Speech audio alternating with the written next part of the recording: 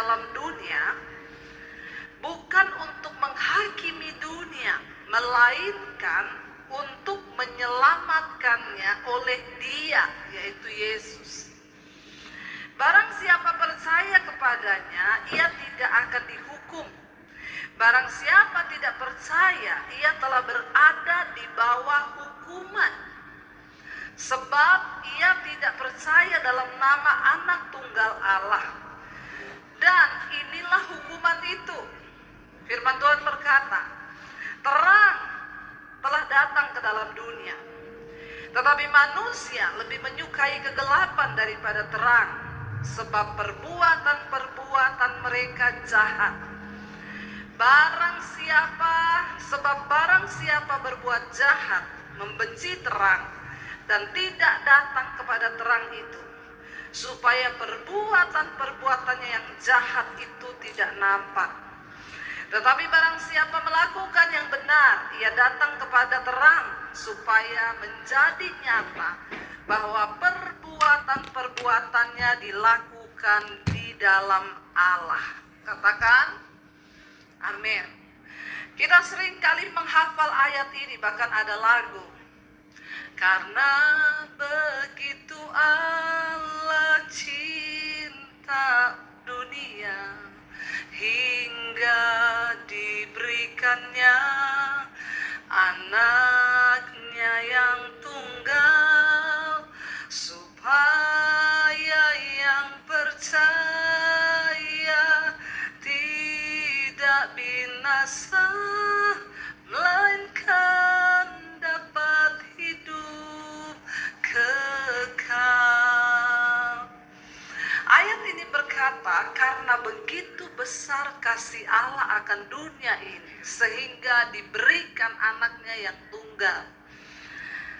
Saudara, ya, dari zaman perjanjian lama, bangsa Israel itu menyembah kepada Allah. Tapi mereka tidak tahu bentuk Allah itu seperti apa. Ya, saudara tahu semua ya, dalam kisah perjanjian lama. Mereka menyembah Allah, tapi mereka tidak tahu Allah yang seperti apa. Dan Allah berfirman kepada Musa, aku menampakkan diri kepada umatku Israel, tidak di dalam bentuk ataupun satu rupa. Allah menampakkan diri dalam bentuk api, dalam bentuk cahaya, dalam bentuk terang, dalam bentuk angin. Tetapi Dia tidak menampakkan diri dalam bentuk rupa. Kenapa, saudara? Karena Allah berkata kepada Musa, sebab jika aku menampakkan diri dalam bentuk rupa, maka bangsa Israel pasti akan membuat patung yang menyerupai Allah itu. Dan mereka akan menyembah patung itu. Padahal Tuhan Allah tidak ada di situ. Di dalam kisah perjanjian lama, bangsa Israel sangat dekat dengan penyembahan berhala. Ya, karena ya memang manusia membutuhkan gambaran Tuhan. Tapi mereka tidak menemukan Tuhan. Mereka Musa hanya melihat Tuhan dalam bentuk cahaya, dalam bentuk api, dalam bentuk ya yang Tuhan mau, tapi bukan berupa wujud. Tujuannya karena Tuhan tidak mau bangsa itu membuat sesuatu yang serupa dengan Dia lalu menyembah Dia. Akhirnya mereka jatuh lagi dalam penyembahan berhala. Saudara, coba kita lihat di dalam Kolose pasal yang pertama. Ya, dalam surat Kolose pasal yang pertama. Di sana Rasul Paulus menggambarkan tentang siapa Yesus, ayat yang ke-15. Kolose pasal yang pertama ayat yang ke-15, saudara. Ya, Rasul Paulus berkata di sana, dia menulis. Dia berkata, ia, Yesus. Kalau kita lihat judul perikopnya adalah keutamaan Kristus. Ia adalah gambar Allah yang tidak kelihatan, yang sulung, lebih utama dari segala yang diciptakan. Kita tahu bersama bahwa Yesus itu adalah gambaran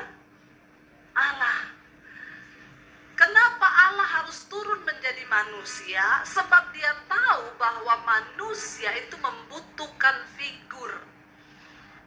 Mari kita mengerti dulu akan arti kedatangan Kristus, supaya kita tahu dan kita nggak goncang.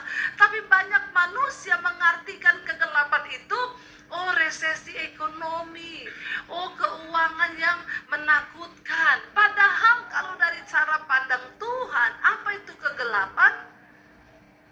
Orang yang hidup di dalam dosa, tidak ada terang. Dan bukankah memang dunia ini sudah ada di dalam gelap? Ya, inilah hukuman itu. Dan inilah hukuman itu. Terang telah datang ke dalam dunia, tetapi manusia lebih menyukai apa? Kegelapan daripada terang. Inilah penghukuman itu.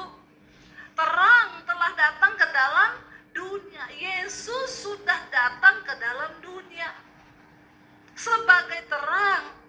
Tetapi dikatakan di sana, manusia lebih menyukai kegelapan daripada terang. Sebab apa? Perbuatan-perbuatan mereka itu apa?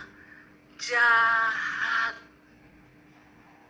Jadi apa sih kegelapan itu di mata Tuhan? Orang yang sudah mengaku jadi Kristen tapi masih hidup di dalam dosa, engkau adalah kegelapan. Jadi gak usah tunggu dunia ini dalam kegelapan. Kalau engkau tetap hidup dalam dosa, maka engkau adalah kegelapan. Kita tidak perlu takut. Dikatakan terang itu telah datang ke dalam dunia. Yesus yang adalah terang dunia sudah datang ke dalam dunia. Tetapi dunia lebih memilih untuk tinggal di dalam kegelapan.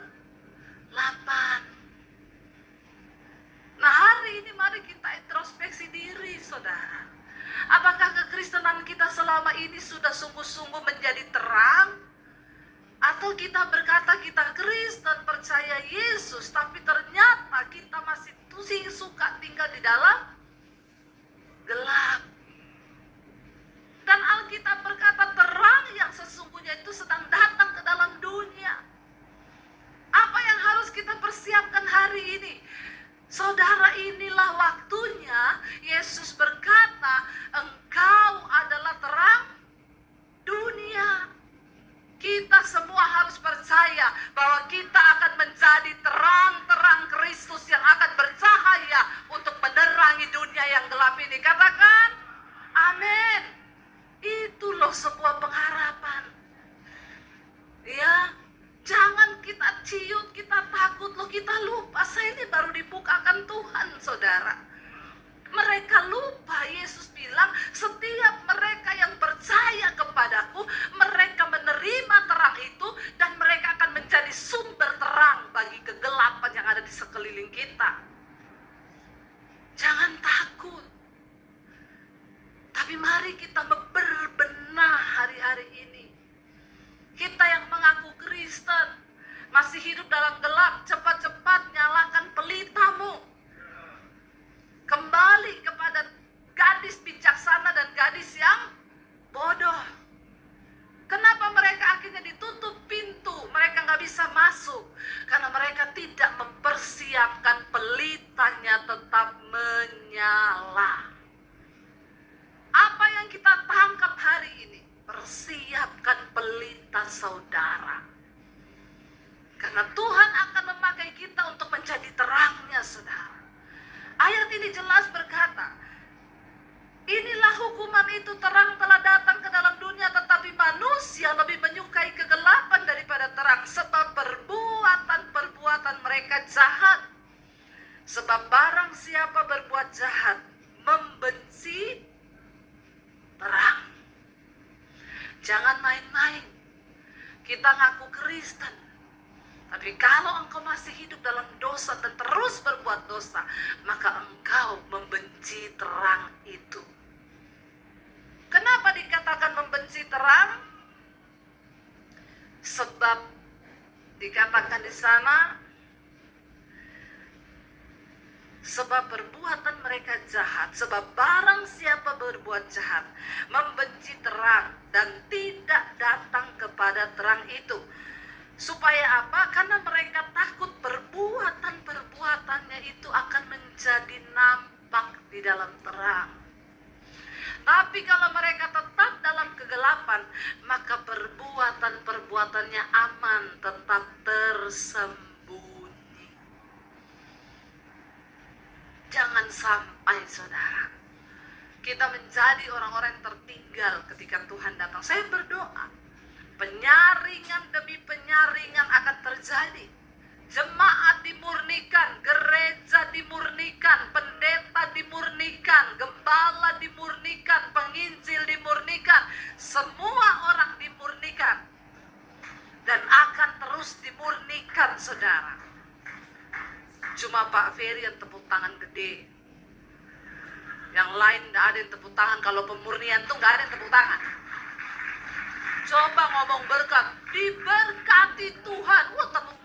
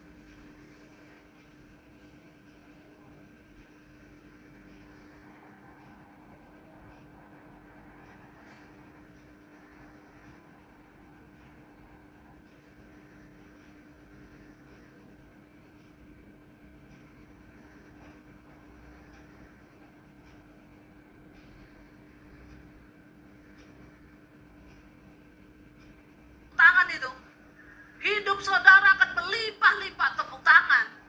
Giliran dibilang pemurnian, sepi, kurang sponsor.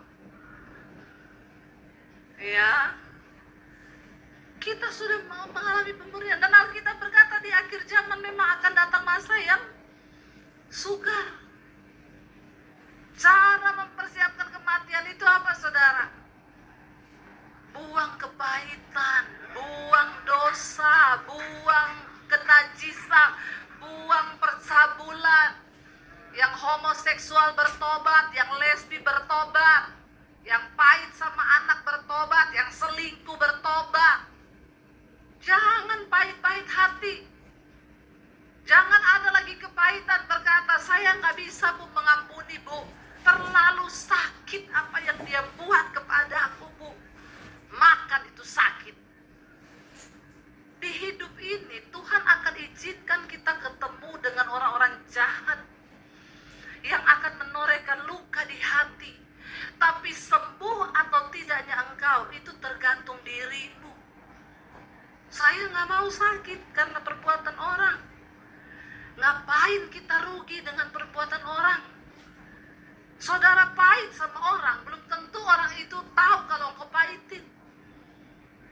Sehingga tiap hari kalau orang kepahitan itu, dia pengen tahu kabarnya, di IG dia pantau. Ini orang lagi ngapain ya? Karena orang kepahitan sama orang jatuh cinta itu sama. Aku mau makan, ingat dia. Aku mau minum, ingat dia. Aku mau, ingat dia.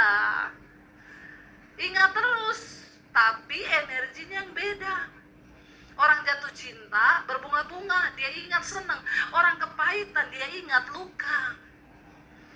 Apalagi kalau lagi masak ngulek cabai, bayangkan mukanya dicobek. Ya, jangan saudara.